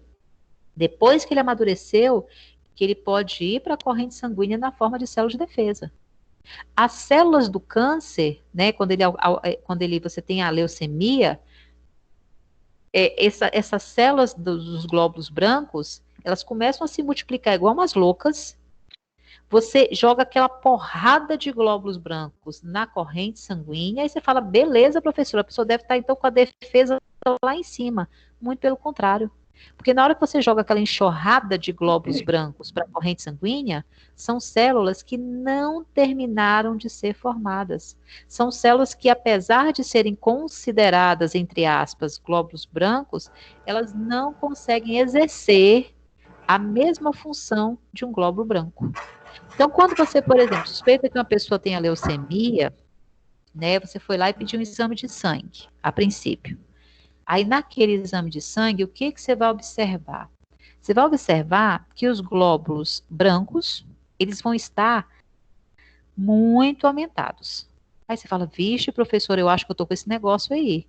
Porque esses dias a minha garganta estava doendo, eu estava com infecção de garganta, eu pedi um exame de sangue, nesse exame de sangue mostrou que os meus leucócitos, que as minhas células de defesa estavam altíssimas. Será que eu tô com leucemia? Gente, o fato dela estar alta pode significar uma infecção, pode significar um monte de coisas. Agora, ela também pode estar aumentada em situações de leucemia. Só que a diferença é que o tipo de célula que você observa na leucemia, quem já pegou exame de sangue, por exemplo, já deve ter observado assim, leucócitos, aí tem vários parâmetros para ele. E tem uma das coisas que fala assim, atípicos. Normalmente, quando você fabrica aquele tanto de células brancas, ela tem que vir normal. Se ela estiver atípica, aquilo já, epa, estou produzindo diferente. Por que será que está aumentado e eu estou produzindo diferente? De cara, posso fechar o diagnóstico? Não. Então, vamos investigar essa medula óssea da pessoa. Então, você vai lá, faz uma punção da medula, e na medula você vai observar como é que estão aquelas células brancas, certo? Se elas estiverem alteradas, aí você pode dizer, não, fiz vários exames a respeito dessa medula, eu estou observando realmente que essas células, elas são atípicas. Aí tem lá a forma de fechar o diagnóstico de leucemia, tá? Então, a leucemia é quando você aumenta muito essas células brancas, começa a multiplicar de forma desordenada, e por conta disso, tá? Ela não termina de ser formada corretamente. Então, se ela não é formada corretamente, ela não tem a função que ela deveria de ter, tá certo? Aí tem um grande problema por detrás disso, por quê? Na hora que a medula óssea, ela começa a multiplicar, as brancas, não é ali que você estaria fabricando as vermelhas? Não é ali que você estaria também fabricando as plaquetas? O que vai acontecer com a sua produção das vermelhas e com a sua produção das plaquetas? Ela vai reduzir. Então, essas pessoas que têm a leucemia, elas vão tender a ter essas células brancas aumentadas, porém atípicas. Além disso, os glóbulos vermelhos, ou seja, as hemácias, elas vão cair, a pessoa vai tender a sofrer uma anemia, e ela vai tender a ter também uma redução no número de plaquetas. Vai ter o que a gente chama de plaquetopenia, ou seja, as plaquetas vão começar a baixar. E aí muitas pessoas descobrem, às vezes, que estão com a leucemia, por quê? Sinais de anemia muito intensos, defesa extremamente baixa, e essa pessoa começa a sangrar com facilidade. Eu dei o exemplo da leucemia, porque a gente consegue pegar todas essas células que a gente estudou hoje e colocar como parâmetro, né? Então, gente, o que acontece? Indivíduos que têm a leucemia, né, eles apresentam esses sinais, só que existem leucemias de 4 formas, tá? Existe a linfóide aguda, linfóide crônica, mieloide aguda, mieloide crônica. São vários tipos de leucemia. O problema maior da leucemia é quando ela está na fase aguda. O que é essa fase aguda? É a fase que ela está multiplicando, a doença está muito ativa. Eu estou te falando isso porque às vezes vocês vão encontrar alguns idosos com diagnóstico de leucemia e não, estou bem, normal e tal. E assim, vida que segue, por quê? Porque tem alguns tipos de leucemia que eles estão na fase crônica, não é um tipo tão grave, a pessoa consegue conviver bem com aquele problema. Só que quando você pega o indivíduo com a leucemia na fase aguda, é porque a doença está muito ativa. Dificilmente essa pessoa vai conviver bem com essa fase, tá? Aí às vezes tem que fazer transplante de medula, tem que fazer quimioterapia, tem que utilizar uma série de recursos. Tá bom, gente? Tranquilo? Aí aqui eu pode falar, meu amor. Anemia pode virar leucemia? Ótima pergunta. Ótima pergunta. Eu sempre uso essa frase. Eu faço essa pergunta para vocês. Anemia, gente, pode virar leucemia? O que você acha? Eu acho que pode. Pode. O excesso de anemia. Não, não pode. Não pode. Não, professora? A leucemia que vai evoluir para uma anemia. Não é o contrário. Entendeu? Ah, entendi. Tá, no Não caso tem aí, como. então, A pessoa adoece de a leucemia e ela desenvolve a anemia. Exatamente, aí tá certo. Esse contexto tá certo. Agora, você falar que a anemia evoluiu para uma gente, leucemia, câncer de uma forma geral, você precisa de uma alteração genética. No Entendeu? caso, seria essas células, né? As células de Essas células atípicas, você modificou o DNA da célula. Elas se multiplicam desordenadamente. Exatamente, é isso mesmo. Que gera Entendeu? qualquer tipo de câncer, não é isso, professor? Para qualquer tipo de câncer, você tem essa desordem, essa alteração genética na célula. Para qualquer tipo de leucemia, a câncer de mama, a câncer de qualquer coisa. Entendeu? Tranquilo? Então, se você... Pode falar, meu anjo. Será que está ligado também ao sistema emocional da pessoa, para que a pessoa venha... Olha, na verdade, eles têm, né? Se você pegar vários artigos, vários estudos, eles tentam mostrar, né, que a questão emocional, ela tem muito a ver com a sua imunidade, e a sua imunidade, por sua vez, ela também tem uma influência influência, não que seja determinante, mas ela também tem uma influência nessa probabilidade de você formar um câncer, por exemplo. Você quer que eu dê um exemplo? Quando você, por exemplo, tem uma queda ou melhor, em alguns momentos da sua vida, você pode ter certeza que você alterou alguma célula sua geneticamente e quis dar início a uma célula maligna. Só que as suas células de defesa, em especial as células NK, natural killer, que a gente chama, elas na hora que estão passando por aquela célula, que ela vê, epa, tu tá diferente, eu vou lhe tirar daqui. Então ela vai lá, engloba aquilo e a coisa não vai à frente. Então, assim, existem vários estudos que tentam mostrar que a imunidade, ela tem esse papel importante nesse processo. Entendeu? Então, assim, a gente pode falar que a pessoa que tem câncer é porque ela passou por algum problema. Não, mas que existe uma influência, né? Eles têm, né, uma influência, o emocional influencia a imunidade, que por sua vez, né, existe sim estudos que tentam comprovar isso, tá? Vocês pegarem vários artigos sobre vários tipos de câncer, eles tentam mostrar, né, que existe essa influência sim. Ô, professora, vou citar um exemplo aqui. Tem uma mulher lá em Vitória que ela tem aquele problema de vitiligo. Ele é um tipo de câncer, não é? Não, vitiligo não é um problema de câncer, não. Tem nada a ver com câncer. Mas tem a ver com o sistema emocional da pessoa? Na verdade, o que acontece? O emocional, ele controla quase tudo.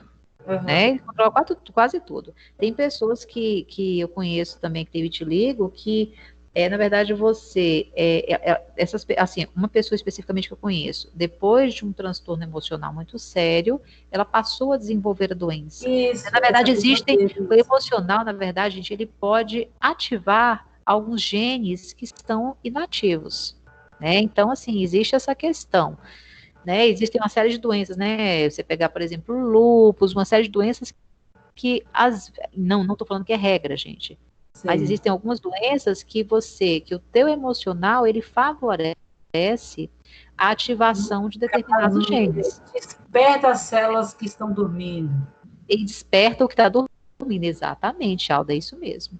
Desperta porque todos nós, vamos pegar o câncer, por exemplo, todos nós temos o gene do câncer, que é o proto-oncogene, né? E alguma coisa pode acordar esse leão aí que está dormindo, entendeu?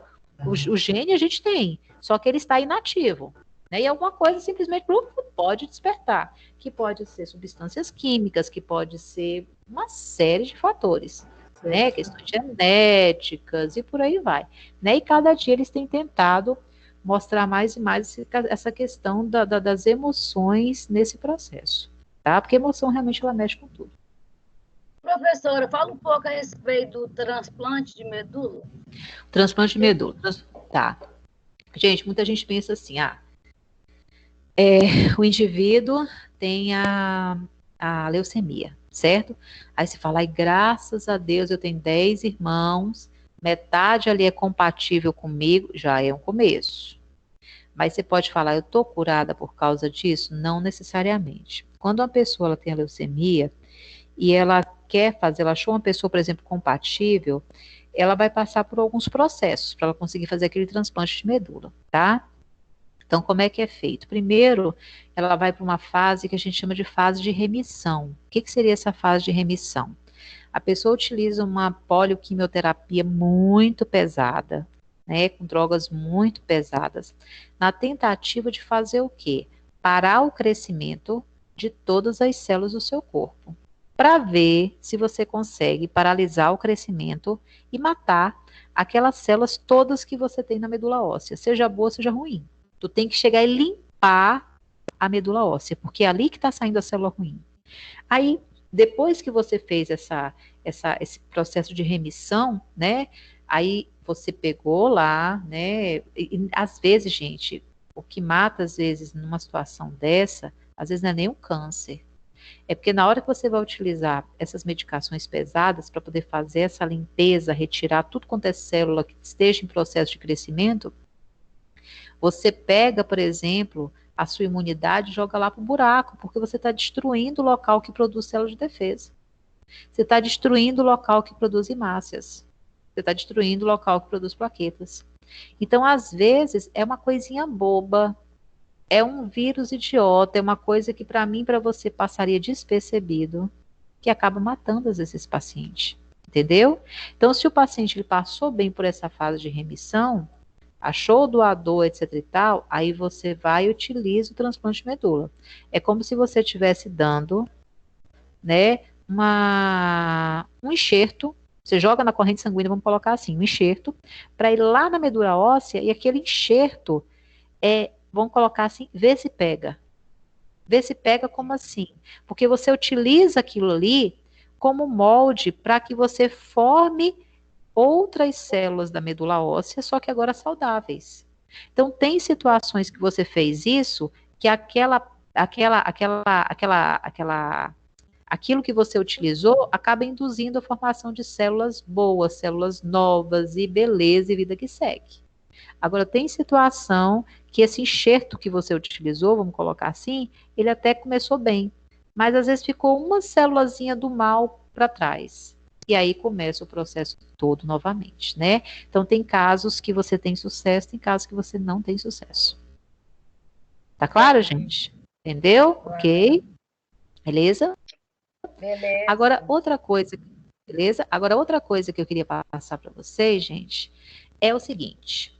Na próxima aula, a gente vai começar a falar sobre o coração em si, tá?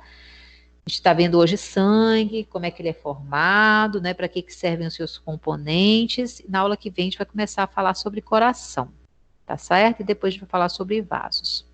O que acontece? Uma vez que a gente vai falar de coração, eu queria apresentar para vocês alguns problemas congênitos que a gente pode encontrar no coração. Então, como é que seria isso? Por exemplo, papai brincou com mamãe, lançou a sementinha lá, né? Uma célula encontrou com a outra, começaram a multiplicar.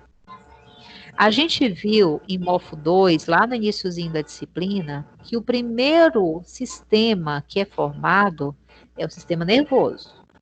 Expliquei para vocês a formação do tubo neural, tudo aquilo que vocês viram.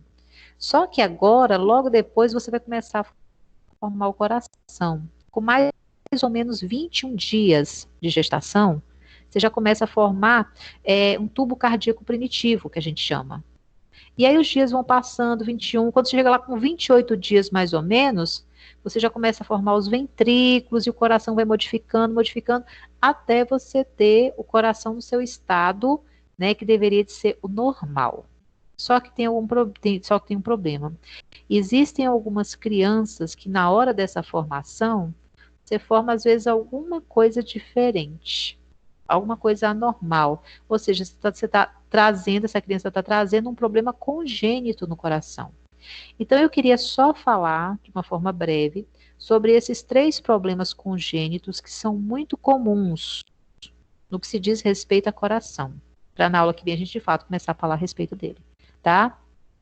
O primeiro problema é o que a gente chama de coartação da aorta, da artéria aorta. O que é isso? Esse desenho que eu trouxe para vocês é um coração. Esse coração, se você observar que ele não está totalmente formado, como é que eu sei disso? Ele tem só um buracão de um lado e um buracão do outro lado, certo? Só que em cima dele já tem, se vocês observarem em rosa, claro, em cima dele tem como se fosse uma salsicha, vocês estão vendo? E dessa salsicha, que tá meio, parece um arco, tem 3 tubinhos sendo lançados para cima. Isso aqui, gente, esse arco que vocês estão vendo, é uma artéria chamada de artéria aorta. Ela tem que ser toda roliça de cima e embaixo. Só que se você observar nesse desenho, à medida que ela vai descendo aqui, é como se eu tivesse pegado essa coisa roliça e tivesse dado um nó nela. Vocês estão vendo? Há um estreitamento na artéria aorta. Isso a gente chama de coartação da aorta, tá? É um problema que você vai ter como gravidade o quê, gente? Você dificulta a chegada de sangue para os tecidos do seu corpo, porque é a artéria aorta, a gente vai ver isso, que vai levar sangue para o seu corpo. tá? Então, isso é um problema que muitas crianças podem desenvolver, né, à medida que elas vão sendo geradas. Então, coartação da aorta é um problema que vocês vão observar. Isso aqui vocês vão achar lá no material do ABA também, tá, gente? Está bem explicadinho lá. Outro problema congênito que a pessoa pode ter à medida que ela vai formando o coração é o seguinte. Acompanhe o desenho aqui comigo. Vocês estão vendo na parte de cima a palavra AP. O que é esse AP? Artéria pulmonar, certo? Que é a artéria que vai mandar sangue lá para o seu pulmão. A artéria que manda sangue para o pulmão, ela vai pegar o seu sangue que está todo sujo, vai mandar para o pulmão limpar esse sangue, para oxigenar esse sangue. Então, o que está passando por aqui, pelo AP, é um sangue sujo, certo? Que vai precisar ser limpo no pulmão. Agora, se você olhar do lado, tem a palavra AO. AO significa o quê? Artéria aorta. Essa artéria aorta passa por ela um sangue que é um sangue limpo. Esse sangue limpo, como eu falei, ele vai ser mandado para o seu corpo, para os seus tecidos, para o seu cérebro, para a sua perna, para o seu braço e por aí vai, certo? Então, no AP passa sangue sujo, no AO passa sangue limpo, certo? Enquanto, gente, você está na barriga da tua mãe, não é você que respira. Quem respira por você é ela. Ela respira e te dá o que ela respirou através do cordão umbilical. Então, se no AP passa sangue oxigenado, não passa, beleza, tranquilo. Então, enquanto você ainda está lá na barriga da mãe, até uma determinada idade gestacional, esse AP e esse AO, eles têm uma comunicação. Observa lá em cima que existe uma artéria entre os dois. Entre a artéria pulmonar e a artéria aorta, existe uma comunicação, tá? Só que tem um detalhe, isso aqui, quando a criança tá para nascer, isso aqui tem que sumir, isso tem que desaparecer, tá? E tem crianças que acabam tendo uma persistência dessa estrutura, dessa comunicação entre a artéria pulmonar e a artéria aorta. Isso a gente chama de persistência do canal arterial, tá? Então, qual é o problema disso, gente? O problema é que vai virar uma bagaceira. Porque o sangue que é oxigenado, o sangue do AO, vai misturar com sangue sujo. E à medida que vai misturando, você vai jogando para o seu corpo um sangue que não vai estar mais tão limpo. Ou seja, você não vai mais conseguir oferecer a mesma taxa de oxigênio para todos os teus tecidos, porque o sangue foi misturado, tá? Então, essa patologia, que é congênita, a gente dá o nome de persistência do canal arterial. Tudo bem? E o terceiro problema e último, pode falar, meu amor. Como é formado o sopro? O sopro, a gente vai vendo o que é o sopro quando a gente falar das válvulas cardíacas. Primeiro eu tenho que apresentar para vocês a válvula semilunar aórtica, semilunar pulmonar, a tricúspide e a mitral. Eu tenho que apresentar o que são essas válvulas, o que ela faz para você entender o sopro. Isso aí a gente já deve falar, se eu não me engano, na próxima aula, porque eu não estou com um cronograma aqui do que a gente vai ver na próxima aula, tá? Mas a gente vai falar mais para frente. Guarda um pouquinho aí. Cenas do próximo capítulo. Tá bom? Aí, a última patologia que eu queria falar para vocês, deixa eu passar aqui para ela, é o que a gente chama de tetralogia de Fallot, tá? É outro problema congênito, onde a pessoa, a criança, quando nasce com esse problema, ele vai ter vários problemas no coração. Quais problemas são esses que ele vai ter? Primeira coisa, vocês estão vendo em azul um vaso saindo do coração? É aquele AP que eu falei, artéria pulmonar, tá? Azul por quê? Azul porque é um sangue sujo, certo? Lado direito do coração da gente, que vocês estão vendo em azul ali, é um sangue sujo. esse sangue sujo vai sair por essa artéria e vai lá para o seu pulmão para ser limpo. Ok? Agora, esse sangue sujo vem da onde, professora? Da onde? Beleza, vamos lá. Seu dedão do pé, ele usou o oxigênio que você deu para ele, certo? A hemácia, pelo que a gente viu, foi lá, encheu de oxigênio, tá bonitinha, tá vermelhinha, ela vai lá pro seu dedão do pé. Quando chega no dedão do pé, você vai oferecer para ele, pro seu cérebro, para sua perna, vai oferecer aquele oxigênio que está lá dentro do carro que você foi levar. Você vai dar o oxigênio para esse local e esse local vai te dar de volta um cocô. Olha só, você dá um presente para ele, que é o oxigênio, e ele vai te dar de volta um cocô. Que cocô é esse? Gás carbônico, CO2. Esse gás carbônico entra nesse carrinho e vem embora. Aí ele vai voltar lá para o seu pulmão chegar agora e fazer você jogar para fora através da expiração. Quando você puxa o ar, você puxa o oxigênio. Quando você solta o ar do pulmão, é esse cocô que você está jogando para fora. Entendeu? Então, esse lado esquerdo do coração, observa que está em vermelho, ele é cheio de oxigênio. Ele está limpo. Tudo bem? E o lado direito, ele está em azul, ele está sujo. A gente vai falar sobre isso na aula que vem. Tá? Você vai entender melhor isso na aula que vem. Mas o que eu quero mostrar para vocês? O local onde esse sangue está do lado direito aqui sujo, ele tem que passar, que é nesse AP, nesse que está em azul aqui, ele está estreitado, ele está fechadinho, ele está menor. Então, se ele está menor, o sangue ele não consegue sair direito do coração e ir lá para o seu pulmão. Ou seja, aquela sujeira que está ali no seu sangue, ela não consegue ser limpa. Segunda coisa que acontece, entre o lado direito e o lado esquerdo, existe uma parede. Essa parede tem que ser fechada para poder o sangue de um lado encontrar com o sangue do outro lado. A pessoa que tem essa tetralogia de Fallot, ela vai ter o quê? Esse buraco entre os ventrículos aqui, essa região entre os ventrículos, ela vai estar aberta. Ou seja, o sangue sujo vai misturar com sangue limpo. Entenderam?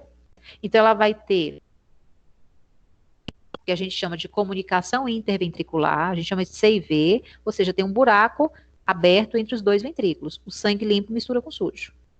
O local da saída do sangue sujo está meio fechado. Entendeu? Está meio fechado. Ou seja, você tem vários problemas aqui nesse coração que estão moral da história. Você tem vários problemas nesse coração que estão dificultando o sangue sujo em chegar no pulmão. Então, esse sangue sujo, ele vai começar a misturar com sangue limpo e vai ser dado para o corpo desse bebê. O que acontece, gente, quando esse corpo do bebê não recebe um sangue rico em oxigênio? Quando ele recebe um sangue sujo, esse bebê ele vai começar a ficar azulado. A gente chama essa síndrome de síndrome do bebê azul, tá? Você já ouviu falar assim, nossa, o bebê nasceu roxinho. Ele nasce roxinho, ou seja, ele nasce azulado, porque ele ainda não está conseguindo respirar direito e tal. Abrir o pulmão, depois a criança começa a ficar coradinha. Por que ela vai ficando coradinha? Vai ficando coradinha porque o sangue agora está recebendo oxigênio direito, né? Beleza. Só que quando o bebê ele permanece azul, epa, tem alguma coisa errada.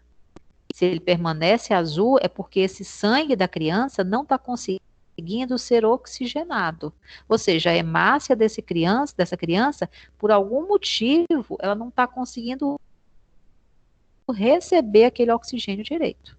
Entendeu? Então, essa tetralogia de Fallot, a gente chama de síndrome do bebê azul. São várias alterações que o coração tem, aonde ele vai ter essa dificuldade em mandar sangue oxigenado para o seu corpo e vai ter essa dificuldade em mandar sangue sujo para o pulmão para ele poder ser trocado. Valeu, né, gente? Então, Nesse sei caso aí aqui. é só um transplante? Hein, Hã? professora? Fala, meu Nesse amor. caso aí, nesse caso aí, para resolver, só um transplante ou... Não, aí são feitas cirurgias, por exemplo, na cirurgia ele vai lá e fecha esse buraco que tem entre os dois átrios. Ele abre essa válvulazinha, esse local que está meio fechado, que o sangue não está conseguindo direito para o pulmão, troca as válvulas que estão ruins. Então, ele faz todas essas correções para poder reajustar o coração dessa criança e essa criança conseguir sobreviver. Porque se continuar desse jeito, a criança não sobrevive. Entendeu? Então, a criança nasceu, se identificou que tem a tetralogia, rapidinho você tem que fazer cirurgia. Ô, professora, eu estava dando uma olhada em relação ao coração. O homem, o coração do homem pesa mais do que o da mulher, não é isso? Sim, sim, a estrutura do homem é maior do que a O mulher, em do todos os homem é sentidos, 300 né? gramas e da mulher 250 gramas, não é isso? Exatamente, exatamente. A gente é mais delicada, né, bem? Aham. Todo sentido, até o coração da gente é pequenininho. Entendeu, galera? Então, era isso basicamente que eu tinha que passar para vocês, tá? Olha só, deixa eu falar uma coisa para vocês, gente. Não deixem de entrar no AVA, não deixem de fazer as atividades. Volto a falar que você pode tirar 10 comigo em tudo. Se você não fez a sua parte do portal, tu reprova na minha disciplina, tá? Na minha e na de todo mundo. Então, não deixem de acessar lá, mostrar que você está ali presente, fazendo as atividades, tá? Volto a falar agora que já tem uma quantidade maior de alunos, tem muita gente que às vezes está tendo dificuldade em me encaminhar a atividade que vai valer como oficial de vocês. Então, eu vou pedir o seguinte, se de tudo, eu queria que você tentasse mandar de qualquer forma pelo AVA. Professora, não está indo porque é grande. Então, você vai fazer pelo menos uma coisa. Para ficar registrado lá no AVA que você me enviou, você vai pelo menos... Isso, gente, se você não conseguir mandar todo pelo AVA. Você tira a foto da parte, manda aquele documento pelo AVA, e o restante você manda para mim pelo e-mail. Não tem problema não, mas tem que ficar registrado lá que tu fez. Professora. Tá claro, gente? Tranquilo? Professora. Não precisa mandar pelos dois, só na situação onde a pessoa não esteja conseguindo mandar tudo de um jeito só. Professora. Tá claro? Fala, amor. Oi. Eu tentei enviar agora uma página, tá falando que é Pode falar. Tô falando assim, eu tava tentando aqui agora. É o que eu tô te falando, meu amor.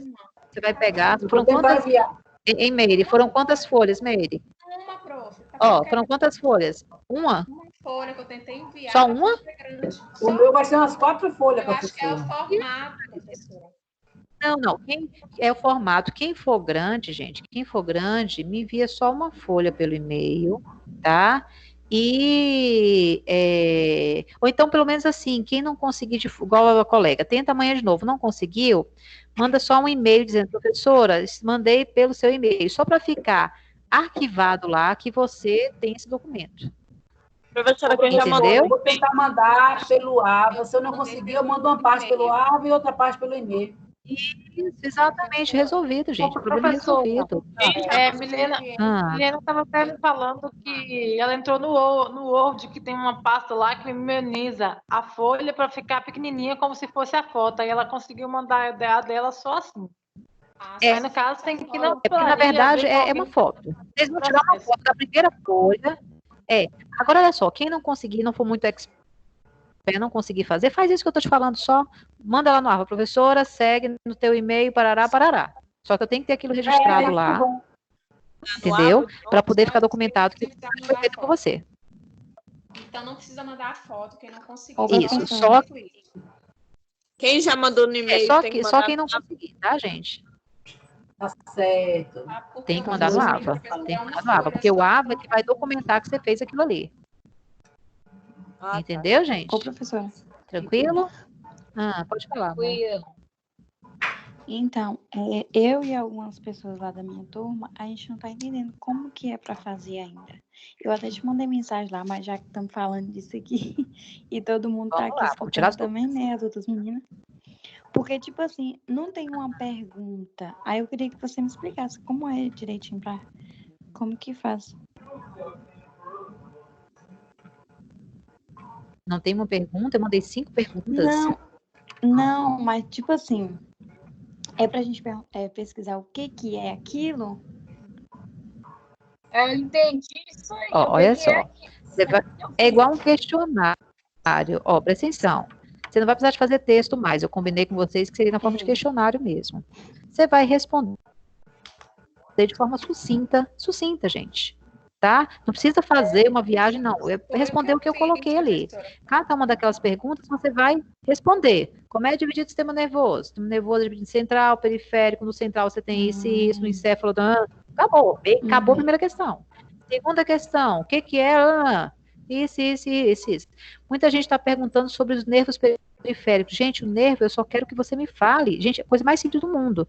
Falei que o nervo tem uma parte que é sensitiva, tem uma parte que é motora. É isso que eu quero que você fale, entendeu? Que ele tem a parte que é sensitiva e tem a parte que é motora. É a estrutura do nervo que eu quero só. Tá certo? A última questão. Você vai pegar uma daquelas questões, daquelas patologias, e vai falar sobre ela, gente. Acabou. Fácil. Ai, professora, entendeu? É fácil. Eu te entendi. Em uma folha, galera, em uma folha você consegue fazer tudo. Se não conseguiu, pode fazer, não tem problema. Mas em uma você consegue fazer. Ô, professora, minha eu fiz muito. Já fiz. Não tem problema, não. Se deu mais, ótimo. Manda do jeito que você mandou. Se você fez, não tem problema. Tá bom? Tranquilo? Fala. Porque os nervos periféricos eu tinha entendido errado. Eu pensei do que ele era. Não. Se você quiser, você pode também esboçar que lá existem os nervos periféricos, né? Os nervos cranianos e os nervos espinhares. Pode também falar isso, não tem problema. Ô, professora, eu coloquei isso. Nervos cranianos e nervos espinhais. Não tem problema, não. Não tem problema, não. Qualquer uma das duas formas eu vou aceitar. Entendeu? A número 5 é como, professor? Você vai escolher uma das patologias. Uma. E vai falar sobre ela, o que é aquela patologia, como é que desenvolve, o que a pessoa sente, a coisa sucinta. É como se fossem questões de prova, entendeu, gente? Tá? Não vai precisar fazer um livro, são questões de prova. Tá claro, galera? Entendi isso aí. Beleza? Tá? Se tiverem mais alguma dúvida, depois qualquer coisa me mandar. Às vezes eu não consigo mandar a resposta na mesma hora, porque às vezes estou atendendo um paciente, às vezes tomando banho, às vezes estou cagando. Então, assim, tem situação que não tem como, né? Mas, assim, sempre que tiver um tempinho, tô ali mandando, não tem problema nenhum. Tá bom, gente? Beleza? Então, tá. Um grande abraço para todos vocês. Fiquem com Deus. Boa noite. Juízo aí para vocês aí nesse corona aí, tá bom? Vamos com Deus. Boa noite. Boa noite.